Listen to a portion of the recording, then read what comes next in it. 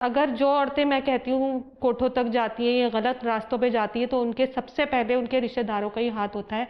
Number एक ये कि वो ससुरालों में देने के बाद झांकते नहीं है जाके बेटियों के साथ क्या चल रहा है।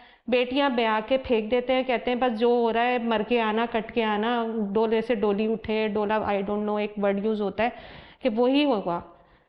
भाइयों से मदद मांगो तो भाई अलग शुरू हो जाते हैं कि भाई हमारे अपने मसले हैं, 10 चीज़ें। हमारी अपनी फैमिलीज है, जब हम आपको हमारे कैसे सपोर्ट हालात करें। ठीक हो उस बिल्कुल। दौरान हमने भाई बहनों का कितना किया, लेकिन कोई नहीं पूछता, कोई भी नहीं नहीं, पूछता। यहाँ पर मैं एक बात और ऐड ऑन करना चाहूँगी कि ऐसे जब हालात हो जाते हैं, एट टाइम्स हमारी अपनी फैमिलीज़ हमारे लिए टॉक्सिक हो जाती हैं। उनको लग रहा होता है कि वो सही हैं, हमारे लिए अच्छा सोच रहे हैं, लेकिन वो ये नहीं सोच पाते हैं कि ये तमाम बातें, ये तमाम चीज़ें या जो वो कर रहे हैं, वो आगे आने वाला जो लाइक हमारा जो मेंटल स्टेट है वो इतना मतलब क्या कहना चाहिए, इतना वो टॉक्सिक क्रिएट कर देते हैं कि हम अपने ही वालिदैन से आजिज़ आ जाते हैं, अपने बहन भाइयों से आजिज़ आ जाते हैं। जैसे आपने कहा कि यहाँ रहने की उन्होंने कहा कि कुछ शराइत हैं जी, काम करना पड़ेगा, ये करना पड़ेगा, हालांकि वो आपके पेरेंट्स से, आपको ये खुदा ना खासा एडॉप्टेड किड नहीं थी, उसके बावजूद आपने ये सारी चीज़ें बस ये बर्दाश्त होता था की। कि गले पड़ जाएगी, जाहिर सी बात है, बच्चे नहीं होते तो क्या पता वो रख भी लेते, क्योंकि बेटियां मेरे हवाले कर दी गई थी।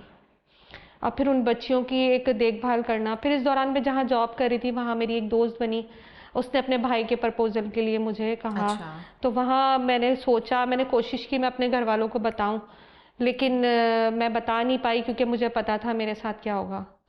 लेकिन वहाँ मेरी शादी हो गई, हमने कोर्ट मैरिज की, उनकी बहन इन्वॉल्व थी, लेकिन अचानक से वो मुकर गई। फिर वो अपने भाई को ब्लैकमेल करने लगी कि तुम मुझे पैसे दोगे। उसने अपने घर में सिर्फ वालदा को थोड़ा बहुत पता था, वालिद को नहीं पता था शादी का।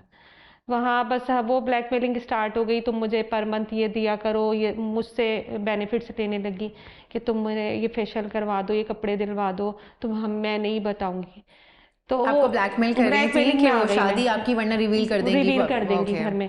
लेकिन आहिस्ता आहिस्ता मैं उनके घर में इन्वॉल्व हुई, जाने लगी। मैंने अपनी सास का दिल जीतना शुरू कर दिया था कि नहीं वो सही हो जाएंगी।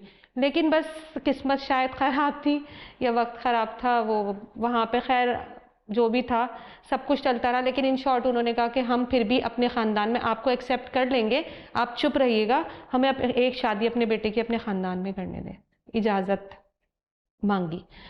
उस दौरान मैं प्रेग्नेंट थी उससे भी, लेकिन मैं चुप हो गई, मेरे को इसके अलावा मेरे पास कोई चारा ही नहीं था।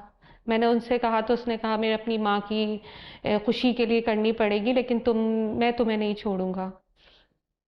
मगर वहाँ शादी हुई, उसकी दूसरी शादी हुई, उस दौरान बहुत धूमधाम से हुई। इवन जिस गली में मैं रहती थी दूसरी गली में वो गली सजी, हॉल में सब कुछ, वो तैयारियां हो रही थी, सब कुछ मैं देखती रही। उस दौरान 2 दफ़ा मुझे पैरालाइज अटैक हुआ मेरे फेस पे, क्योंकि मैं प्रेग्नेंट थी, तो प्रेगनेंसी की वजह से मेरा बीपी अप्स एंड डाउन होता था। उस दिन उसका वलीमा था, वो अचानक पता चला मैं अटैक हुआ है, फिर मुझे लेके भागे वहाँ पे। तो वहाँ बस डॉक्टर ने ये कहा जो उनका बेबी है वो शायद नहीं बच पाएगा, इनका बीपी बहुत शूट कर गया है।